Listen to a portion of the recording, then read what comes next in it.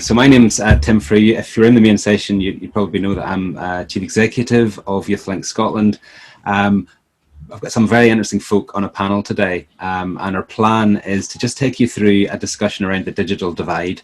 And I would say it's very much a practical discussion and solution-focused discussion we're looking for in terms of what we can do about that. There's been many academic papers written about this subject for some years, and we will, we've got folk here that have done some research and some work with the sector around that. But I would say to kind of capture what we're trying to do, it's really about sharing your stories as practitioners, and some of you will be influencing policy as well, and what can we do about that collectively as a sector. So I'm just, without further ado, we had a change to one of our personalities that we're going to be here today. So that's really cool, because it means there's two people I don't know so well that are coming onto the panel, but have got loads of experience. So we've got Irene McIntosh. Irene, do you want to give us a wave? Hello. And Irene is part of the gang from the Moore Collective, and she's part of the gang delivering Connecting Scotland and considering how digital inequality replicates social inequality, but that's more as a PhD student, is that right? Yeah, I try and not talk about that too much, Tim, because I'm a rubbish academic, but yes, I've got that hat on as well.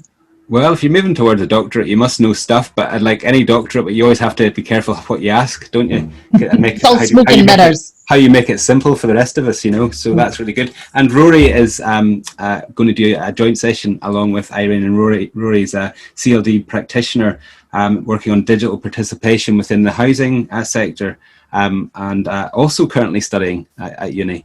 Hello, Rory. Hello all. I keep forgetting I study as well, because it's been such a long summer for me. Such a very long time. We're both a pair of slackers is the overarching message here, Tim. Yeah. No, my word, managing to do work and study, that is just a whole other level, and I'm not going back there again. I'm just going to stop studying and stop learning right now. So Emma Whitelock is a long-term colleague, and Emma is from Chief Executive of Lead Scotland since 2015 and involved in YouthLink Scotland as a board member, Associate Assessor at Education Scotland. That means that she's a nice inspector if she comes round your services, I think. Is that right? Hello, Emma. I'll unmute myself. Yes, of course. We're all lovely at Lead Scotland. And we've got Jackie Howie as well, and Jackie is Chief Executive of YouthLink Scotland, and it's the intermediary organisation for third sector adult learning in Scotland. And Jackie's been involved for quite a while with us at YouthLink and with other partners, Scottish Community Development Centre in the past, around digitally agile CLD and helping us with ethics and guidelines around that. Hello, Jackie. Hi everyone, yes, I'll mention a bit about the digitally agile stuff a bit later, so hello.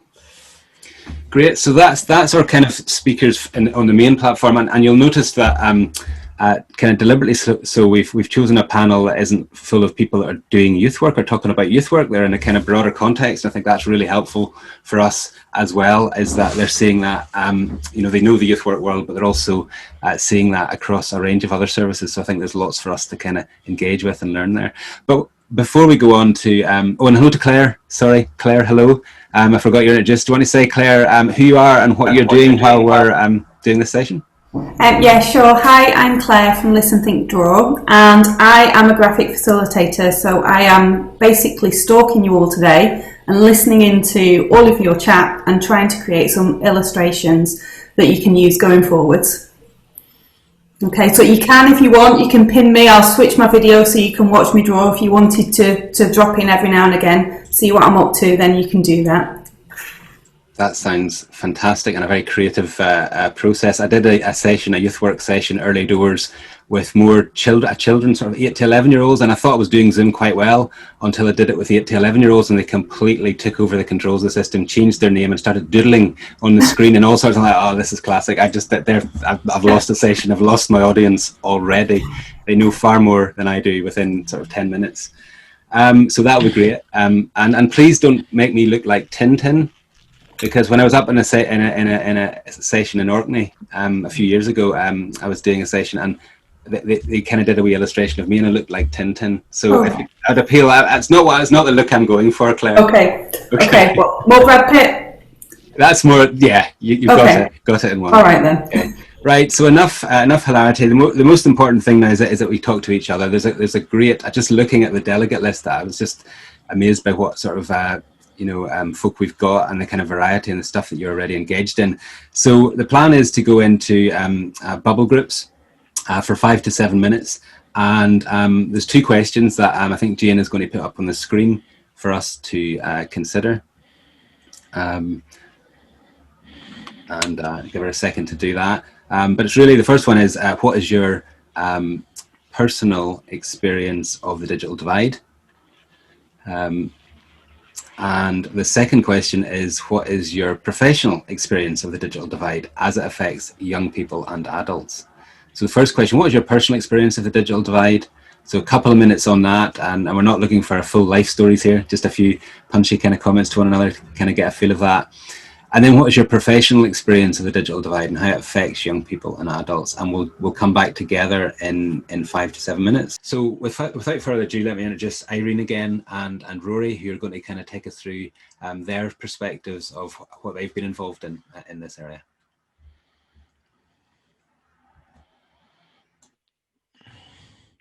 Thanks, Tim.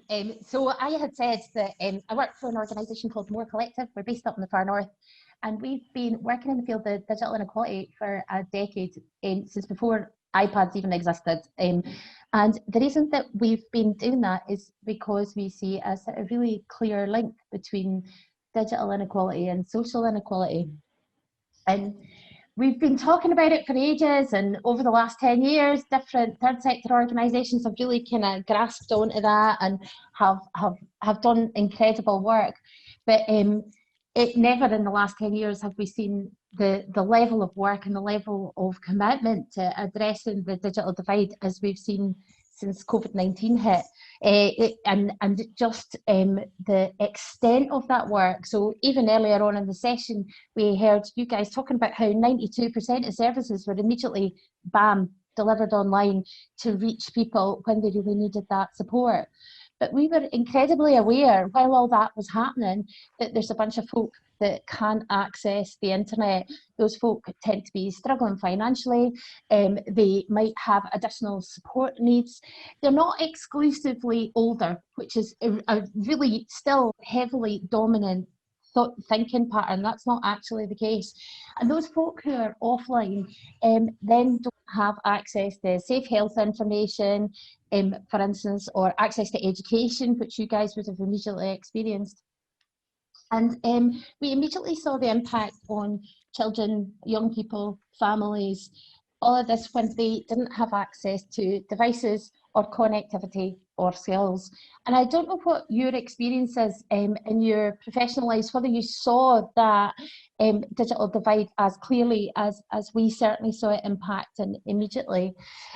So I 2 separate COVID response projects. The first was Connecting Scotland, and Rory and I will talk about this. I'm going to pass over to Rory in 1 minute and 20 seconds. Rory, I'm on it. I'm not going to hold you to that, Irene, at all. And the other one was Simon Community delivered a project to folk experiencing homelessness, where they received a device with connectivity and skills support as part of a holistic model of support that they were getting. And we saw immediately the impact. A lot of the people in the Simon Community Project were younger people, and we saw the immediate impact that especially data had, the data poverty really impacted on people's ability to access skills, access support during COVID-19. So they might have access to a device, but they don't have the data. So we're looking at that whole package of support. And we could see people immediately responding to they wouldn't have been able to do if they hadn't had that. We've also been involved in Connecting Scotland, training up digital champions across Scotland and issuing devices with connectivity to organisations including Rory's Government Housing Association and Glasgow Disability Alliance, who were part of the partnership. And we have seen incredible sort of stories of people being able to access you know, family and friends, for instance, but also immediately tie in to the incredible work that your own organisations are doing, that without that support they wouldn't necessarily be able to do. For young people in particular, there's this assumption that everyone can access support. And one of the groups I was in was talking about how actually a lot of young people won't necessarily access the digital support that's there, and quite often that's because they're hiding their own skills and confidence in terms of digital, and not just to do with they don't want to engage. It's they're sometimes masking that barrier. So we've seen amazing stuff happening, and we're really delighted that you guys are kind of grabbing this and going forward as you've always done in this field. And Rory's going to talk about the on the ground delivery of Connecting Scotland. Yep, that's in like 2 minutes, which is always hard. I think the obvious question is, why a housing association? Why, as a housing association, youth workers, and why would I be involved in this? And then we had been involved in digital participation for the last kind of 4 or 5 years. What we've found during the lockdown period, and I should probably say happy to talk about the last 4 or 5 years of work at another time, but what we found during the kind of lockdown period is that those who responded quickest were those organisations who were most agile, who were more light on their feet, not bogged down by bureaucracy and red tape and stuff. And housing associations happen to follow into that niche market, partly because I feel in some ways that housing associations don't necessarily understand CLD and they just leave me to it, as I'm sure lots of people will feel in departments. So I just go on and do things and ask for permission later. So we were very quick we were fortunate enough to pilot the Connecting Scotland programme in the first instance. So we were not seeing tenants. Our office is closed. We had community spaces and digital learning spaces that were all closed, and I was left locked in my little house trying to get devices and connectivity to tenants and support to tenants. So that kind of process has been very similar throughout this entire thing. The numbers have just scaled up. When we did Connecting Scotland, I had 15 devices in my living room charging up. My wife was very, very happy about this. On my dining room, while I tried to set up these devices, clean those devices, ship those devices to tenants, phone those tenants and teach them how to use those devices. And since then, we've been working on a model around digital access and digital connectivity to the entire third sector. And one of the great pluses of housing associations is you are agile, but you also have an infrastructure to hold larger sums of money. So in Govan, the 3 kind of local housing associations, so I'm sorry, someone's talking over the top of me there, couldn't figure out what that was. So the 3 local housing associations were able to leverage, hold on, that's, could we possibly mute that?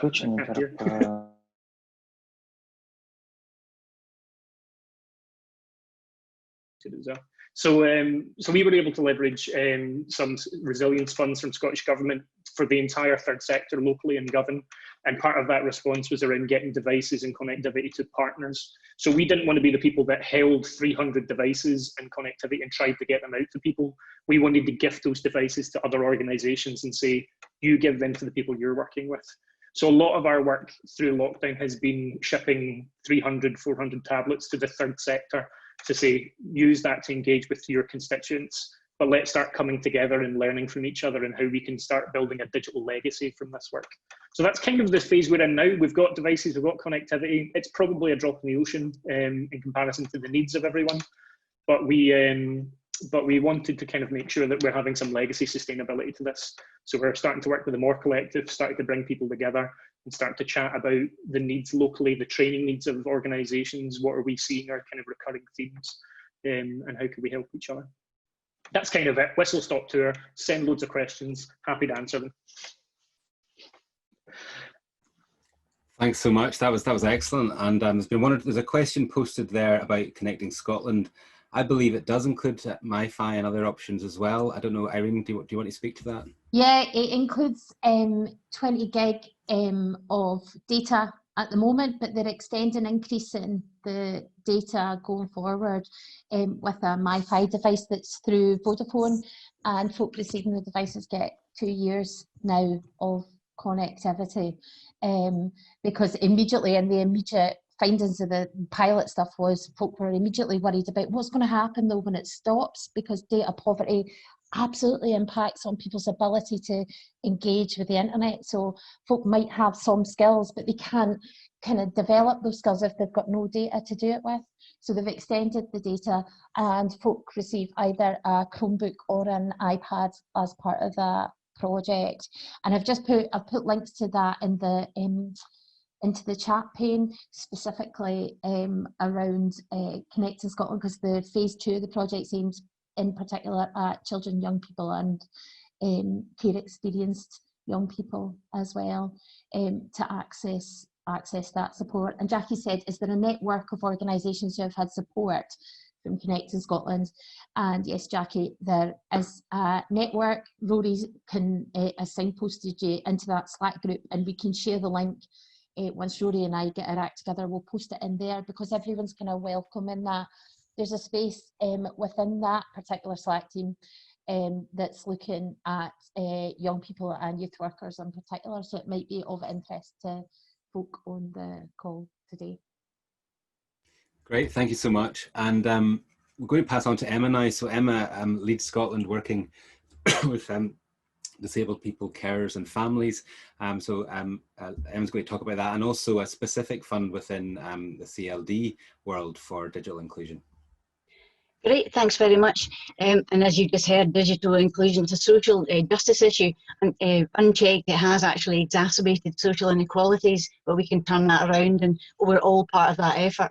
So there's 3 things I want to talk about quickly which can help bridge the digital divide and create a fairer Scotland. The first is a digital inclusion fund. It's a live funding stream for learners to get kit and data. You've just heard about the Connecting Scotland scheme, which is fantastic. £20 million is in that. You can apply for kit and data to that scheme. It's open to the 5th of October. For the CLD sector specifically, the government's investing £250,000 through the Digital Inclusion Fund. It's for 16 to 30-year-olds who are participating in CLD learning opportunities, but in exceptional cases, the age can be discretionary. What I particularly like about the Digital Inclusion Fund is the provision for adaptive assistive technology. This is often a very expensive add-on, so that fund really levels up the playing field for disabled learners who are statistically even more likely to experience poverty and digital poverty. Check out the detail of the fund criteria via YouthLink, WE or LEAD, and that's another opportunity for learners to get kit they can keep, as well as I think it's probably 12 months of data. Second thing I wanted to mention is a new free course. 1 in 5 people in Scotland, it was about 18%, don't have the essential digital skills they need to thrive in the digital world, never mind feel confident to participate in online spaces. Having kit and data is one thing, but many people rely on or need youth work and adult learning services to learn how to use it, particularly people who need literacy support. With the coming flood of new kit and data in Scotland, we've got an opportunity to realise lifelong learning as a cultural norm. A blend of face-to-face and online learning improves the accessibility of learning opportunities for people's lives, all through their lives. 1/3 of CLD practitioners have asked for digital skills training, so we can assume that workers need support too. So we've tried to make it easy for everybody at Lead Scotland by creating a free everyday computer skills course. It was written by Lead Scotland learners because it's a course they wanted to be able to do. The course is pitched at an entry level, it's ready-made, accessible learning course. You don't need to reinvent the wheel, and it's a bridge to free further online learning opportunities. People then get into a system and can encourage and motivate people. You might be familiar with OU courses and how they work, but on the 29th of September, we're hosting a session for practitioners if you want a wee demo on how to get started. Lastly, participating safely online. Using kit safely is so crucial so that people aren't vulnerable to cyber attack, because that would confirm fears about why some people didn't get online in the first place.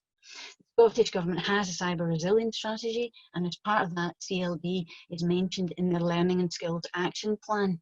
So we're not outside the Scottish Government thinking on cyber resilience, we're right in the middle of it. There are a lot of trusted resources that you can use to keep young people and adults safe and encourage people to protect themselves, including YouthLink's Safe, Secure and Empowered resource. But kind of more than keeping safe, there's actually a growing number of jobs in cyber industries where people can support that wider effort. As COD practitioners, we can guide and support young people and adults who have the ability and ambition to choose learning pathways that can take them in that direction. Scotland is the envy of many countries across the world because we have got a suite of cyber security qualifications from SCQ level 4 to 11. COD is well placed to broaden people's horizons and widen access to these opportunities. Just as the CLD standards for engagement ensures that learners are always at the heart of design, we need future technologies which are accessible and inclusive, and they're actually designed for the communities we serve. That's me. That's I'll give a round of applause for that. Thank you, Emma. That's super.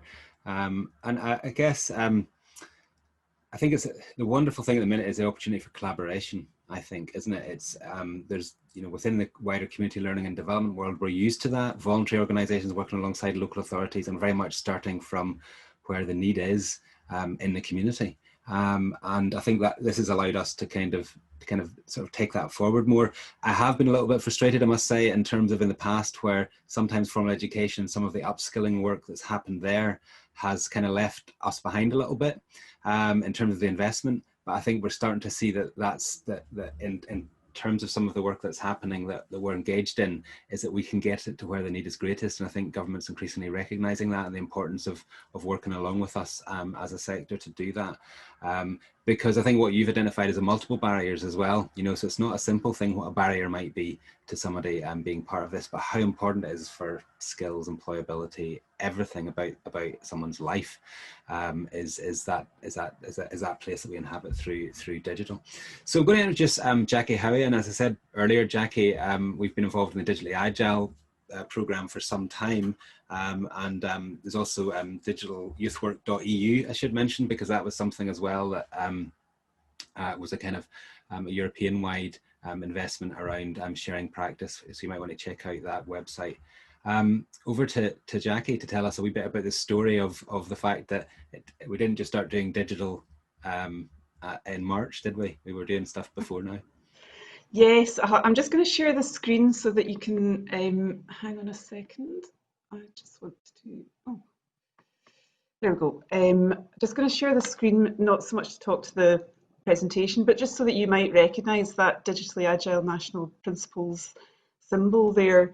As Tim says, we started this project back, it was actually 2011 we started it, because we recognised that there was a huge potential for digital work and youth work, adult learning, community development, but also that there was a real disconnect. There were some people who were really engaged, really ahead of the game, and a lot of people who were left behind. And what's more, we recognised that the pattern for our learners, young people, community groups was replicated with the workers as well. Because in CLD, the workers often mirror the communities that they work with. So part-time paid workers are often, you know, lack opportunities in terms of their digital development in the way that their learners might as well. So there was a lot of work done in consultation. There's some research done. There was a literature review, skills audit, number of different focus groups and workshops. And it was cross-sectoral across the CLD sector, so adult learning, youth work and community development. So it was a good bit of work, really grounded in what was happening, trying to identify what the challenges were and how we might support people looking forward. So the principles are really developed to try and lend a little bit of argument to yourselves and your organisations in terms of having a really good digital strategy. And it's got, it was divided into 9 areas, which I'll just kind of put up on the screen here for you, hopefully, to look at. I'm not sure why I can't show the, oh, here we go. Here we go. So the themes looked at practice, policy, professional guidelines about using technology and the kind of resources. This was quite a while ago, so all of the resources will have changed, but the key themes around those areas will still remain the same. We also looked at inclusion, so that's you know, the digital divide, the disconnect that people have, how we might evaluate what's happening digitally, which is a big challenge for some of us, really, who are used to doing face-to-face evaluations. Big issues around digital literacy that we've just been talking about, and also, excuse me, the learning and development of our own staff. So I'm just going to stop sharing there because it was just, if I can. So really, we'd hoped that the principles would be used as a way forward, and we developed a self-assessment system for organisations to look at their current practice, look at where they might want to be in the future and the steps that they might take to get there. So I'm going to put the links up, although I think it's YouthLink largely that hosts most of the Digitally Agile National Principle resources and links. I'll stick them up in the chat, or we can send them out to people afterwards. It's really useful, I think, in terms of our current struggles, in terms of always looking for a platform that everybody can access. People were saying in our chat room that they had to get their daughters to get them on Zoom because, you know, the local authority doesn't allow you on Zoom. So there's always struggles with platforms, especially currently. The struggles with trying to, there are so many good resources there, but struggles actually trying to find out which ones are going to work for you and your organisation. And actually, one huge key thing, which we found for adult learning in our practice of when we were running workshops, we found adult learning workers were particularly good at this, but the skills of the tutors in terms of taking stuff online. I think we've all been through a huge upskilling process lately, but I think it's still worthwhile looking at your organisation and how you as a worker can get some skills, get some training on digital, and how that can promote good practice. So I'm going to finish there, I think, because we've probably got plenty of time, but happy to take any questions about that, and I'll put the links up as promised. Okay. Thanks so much. And I mean, that's just to give a flavour, I suppose, of some of the things that are going on, but there'll be so much more that you're involved in as well and connecting into. And I guess I just wanted to mention that this is in a wider scale in terms of what's going on in the EU. So those digital principles were rolled out as EU guidelines around digital youth work specifically as well. So we can send you kind of a link to that. And I guess part of the thinking was that we knew as a sector that this was about policy, it was about strategy, it was about research, it was about actually the practice that we're part of. But it has been an upward curve, I would say. I remember being in a discussion with SQA about changing some of our qualifications for youth work, and the kind of reaction, and apologies if anybody's from SQA on the line, but it was very much as, well, that's not generic practice, that's just a specialism. And we were trying to argue at the time, Liz and I was like, well, actually, this is the landscape that we all inhabit. This is the world we're in. It's going to affect STEM, cyber resilience. So it's actually a core part of who we are. And I think the agenda has moved a lot and will continue to move a lot. But that kind of heartbeat of a CLD and youth work sector around the values of what we're doing and social justice, as Emma has highlighted and Jackie, and ensuring inclusion and no one left behind, and you know, giving those opportunities to everyone, is the kind of the heartbeat of a youth work and CLD